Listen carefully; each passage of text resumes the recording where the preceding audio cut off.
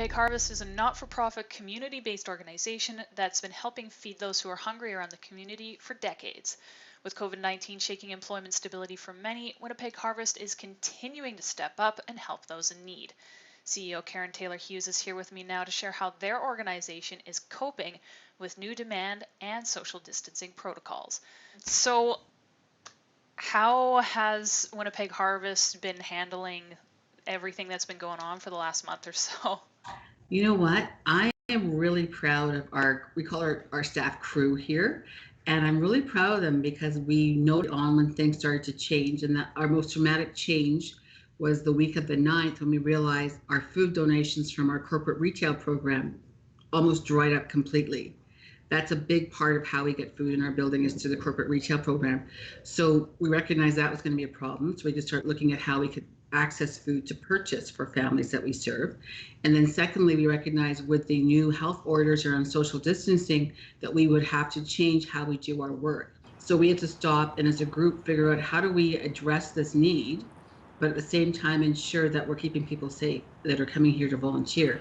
So we focused on retooling our warehouse to focus on creating, number one, a hamper versus giving options at this point, just straight hampers, and creating hamper stations like assembly lines that had people spaced 6 feet apart.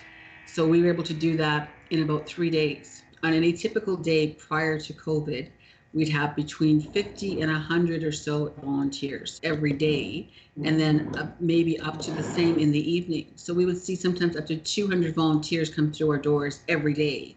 Now, with social distancing and to make sure people are going to be safe, and because we're checking all the health, we are letting in only 25 at a time in the morning and 25 in the afternoon, and then we are not open in the evenings. We're doing all the work that we did before. We're now doing with quite a lot less volunteers. Right. Have you found that the demand from you guys has kind of shifted in one way or the other since the COVID outbreak? Well, it's interesting. People have these misnomers of who uses a food bank. And really, it could be your neighbor.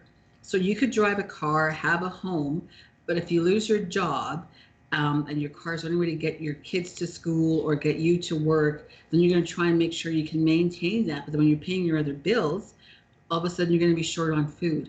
So we're getting people who have lost their jobs. We've had folks that have been in our food bank system before who have actually moved out, got themselves back to work, are doing well, and now they've lost their job. They're coming back after 10 or 7 years to the food bank.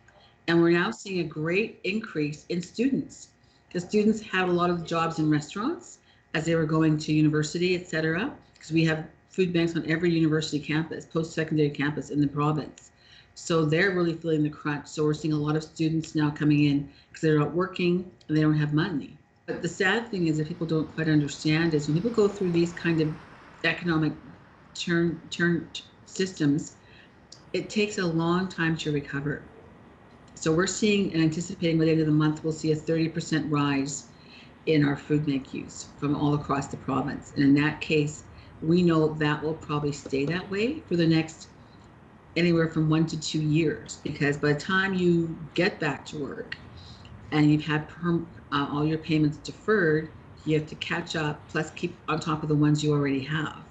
So we anticipate that if we grow to 30%, it's going to stay at 30% for a while.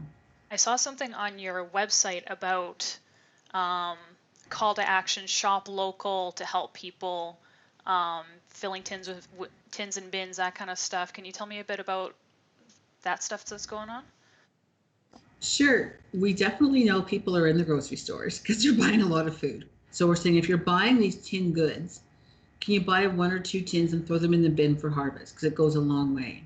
So we're asking when you do shop, do that. We have lots of restaurants and other organizations that are raising funds in support of harvest that are local. So we do, that's another reason we have the shop local, because you can then support businesses to keep them going. Meanwhile, they're helping us to keep going and supporting families that need food support as well. If somebody wanted to help you guys in any kind of way, how can people go about doing that? Well, they can definitely volunteer. We have a very small number that come in, but there's a process on our line. We have an emergency volunteer application they can fill out where we ask about your health and who you live with to make sure that you're safe. Secondly, definitely dropping tins in the bin food donations. People do food drives, and they just come, they back up into one of our loading docks. Sometimes as simple as you open the trunk, we take it out, so no one even has to get out of the truck or vehicle, so there's social distancing taking place and everyone is safe. Or of course, then you can donate funds. You can donate online, you can call, put a check in the mail. We're grateful for big gifts and small gifts because they all help us do everything. We can't rely on a small group to help us. That's the beauty of Harvest. We're grassroots, and we have thousands of people that donate to us, but some can only maybe donate $10, and that's fine.